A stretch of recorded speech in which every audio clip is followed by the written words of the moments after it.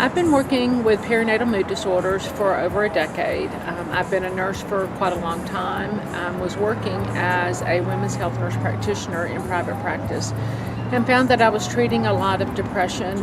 Decided it was important for me to go back and get some more education, so I did a postmaster's in psych and started combining the two loves, women's health and psychiatry, and it was a natural fit to start working with perinatal mood disorders.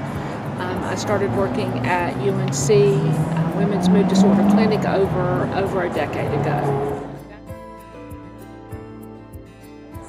Perinatal mood disorders it's a constellation of different symptoms that include depression, anxiety, insomnia, difficulty. We normally think of it as beginning in the postpartum period, but in recent years what we have found is that a lot of women begin to have some of these symptoms beginning in their third trimester. There's many risk factors that go along with this. I think the important part to understand about perinatal mood disorders is that it's a little bit scary, and people feel like, what do I have to be depressed about? Having a baby is supposed to be the most joyful, wonderful time of my life.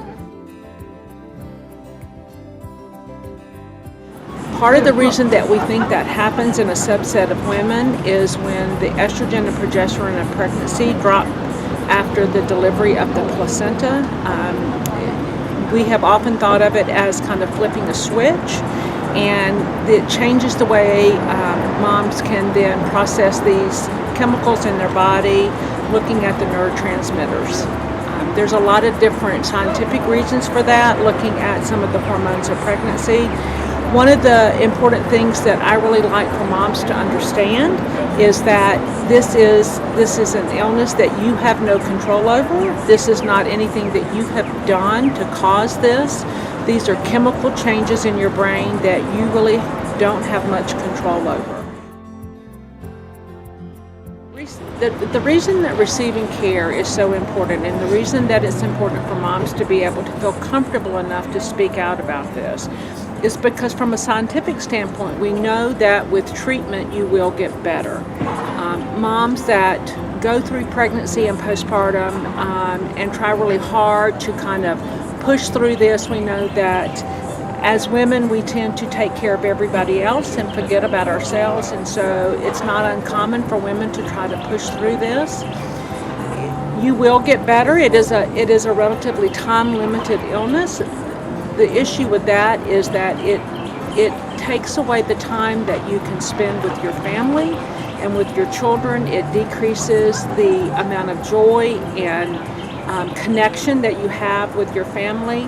That's what makes treatment so important. There's also some scientific research that says with treatment, when you go through pregnancy the second time or the third time, you have a less risk of developing as severe a postpartum depression.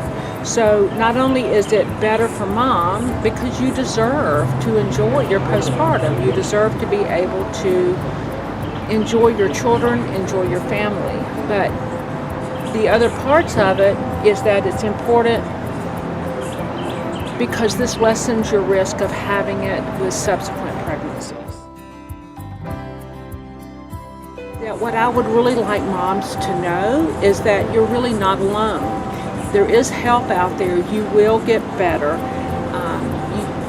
You just need to reach out and ask for help. And there's many, many resources now, many more now than there were 10 years ago when I started in this field.